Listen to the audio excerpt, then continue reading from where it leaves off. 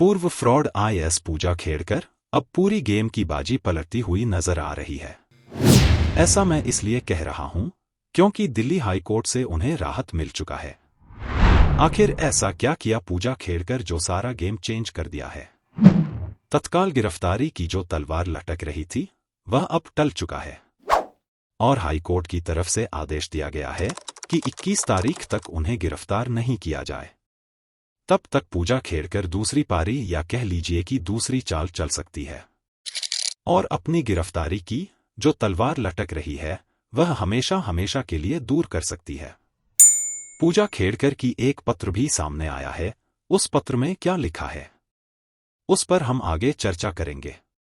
चलिए मामला क्या है उसे गहराई से जानते हैं। पूजा खेड़कर पर आरोप है कि बहुत ही चालाकी और बहुत सफाई से उन्होंने यूपीएससी की परीक्षा में अतिरिक्त अटेम्प्ट के लिए फर्जी दस्तावेज बनवाए। इससे पहले 1 अगस्त को पटियाला हाउस कोर्ट ने पूजा खेड़कर को झटका दिया था। कोर्ट ने उन्हें अग्रिम जमानत देने से इनकार कर दिया था।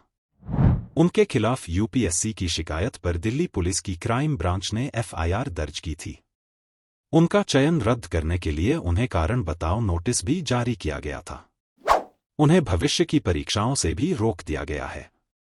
निचली अदालत में अतिरिक्त सत्र न्यायाधीश देवेंद्र कुमार जंगाला ने कहा था कि दिल्ली पुलिस को इस बात की भी जांच करनी चाहिए कि क्या यूपीएससी के अंदर से किसी ने खेड़कर की मदद की थी। न्यायाधीश ने मामले में जांच का दायरा बढ़ाते हुए दिल्ली पुलिस को यह जांच करने का निर्देश भी दिया था कि क्या अन्य किसी ने भी बिना पात्रता के ओबीसी और दिव्यांग कोटे के तहत लाभ उठाया है। अब दूसरी बार दिल्ली हाई कोर्ट के जज जस्टिस सुब्रमण्यम प्रसाद ने मामले पर विस्तृत सुनवाई के लिए 21 अगस्त की तारीख तय की है। जज ने कहा कि जिला अदालत ने बिना ठोस आधार के खेड़कर की जमानत अर्जी खारिज कर दी है। उसने पुलिस को हिदायत दी है कि वो पूजा खेड़कर को शुक्रवार तक गिरफ्तार नहीं करे। सुनवाई के दौरान यूपीएससी ने कहा कि पूजा खेड़कर फर्जीवाड़े की मास्टरमाइंड हैं और वो बिना दूसरों की मदद के ऐसा नहीं कर सकती थी, इसलिए उन्हें हिरासत में लेकर पूछताछ करने की जरूरत है। जिला अदालत के अतिरिक्त सत्र न्यायाधीश देवेंद्र कुमार जांगला ने इसी दलील को स्वीकार करते हुए खेड़कर को अग्रिम जमानत देने से इनकार कर दिया था।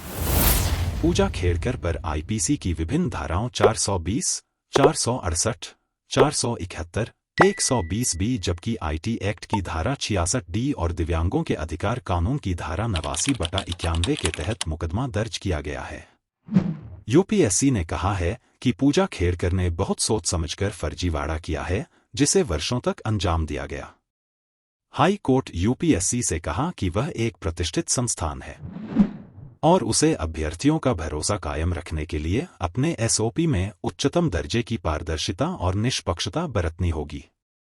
हाल में ही इस मामले में जब पूजा खेड़कर से सवाल किया गया तो उन्होंने कहा था, मैं अभी इस मामले में किसी भी प्रकार की टिप्पणी करना उचित नहीं समझती हूं। मुझे लगता है कि पहले इस मामले की जांच हो जानी चाहिए, इसके बाद ही इस पर कुछ कहना उचित होगा। अदालत फिलहाल इस बात पर ध्यान केंद्रित कर रही है कि हिरासत में पूछताछ जरूरी है या नहीं। वहीं कौशिक ने तर्क दिया कि खेड़कर का आईएएस में प्रवेश करना उनकी चालाकी भरी प्रकृति को उजागर करता है, इसलिए उनसे हिरासत में पूछताछ उचित है। पुणे के कलेक्टर सुहास दिवासे ने 8 अगस्त को पूजा खेड़कर का ट्रांसफर वाशिम जिले में कर दिया था। आईएएस ऑफिसर पूजा खेड़कर का एक पत्र रविवार 11 अगस्त को सामने आया है जो उन्होंने महाराष्ट्र के additional chief secretary ACS Nitin Gadre को 11 जुलाई को लिखा था। उन्होंने लिखा, पुणे कलेक्टर सुहास दिवासे ने मुझे आईएएस ट्रेनिंग के पहले दिन ही अपमानित किया था। पूजा ने पत्र में लिखा, मीडिया कवरेज से मेरी छवि घमंडी अधिकारी की बन गई। इससे मुझे मानसिक आघात पहुंचा और मैं बेहद परेशान हूं। पुणे में ट्रेनिंग के दौरान सीनियर ऑफिसर के चेंबर पर कब्जा करने के आरोपों को लेकर पूजा ने लिखा, एडिशनल कलेक्टर अजय मोरे ने मुझे अपना चेंबर दिया था। अजय मोरे ने अपने कर्मचारियों को चेंबर व्यवस्थित करने के लिए भी कहा था। कर्मचारियों ने मेरी जरूरतों के बारे में पूछा और स्टेशनरी आदि का इंतजाम किया।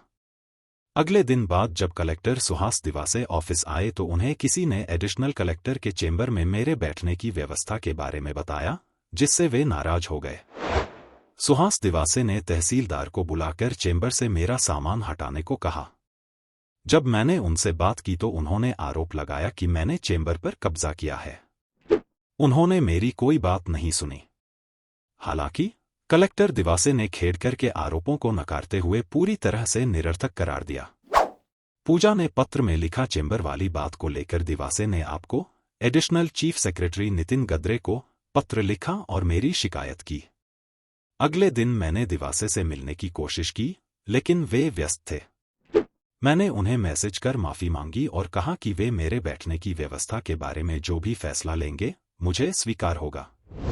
मुझे लगा कि मामला खत्म हो गया है। वाशिम ट्रांसफर होने के 3 दिन बाद पूजा ने यह पत्र लिखा था।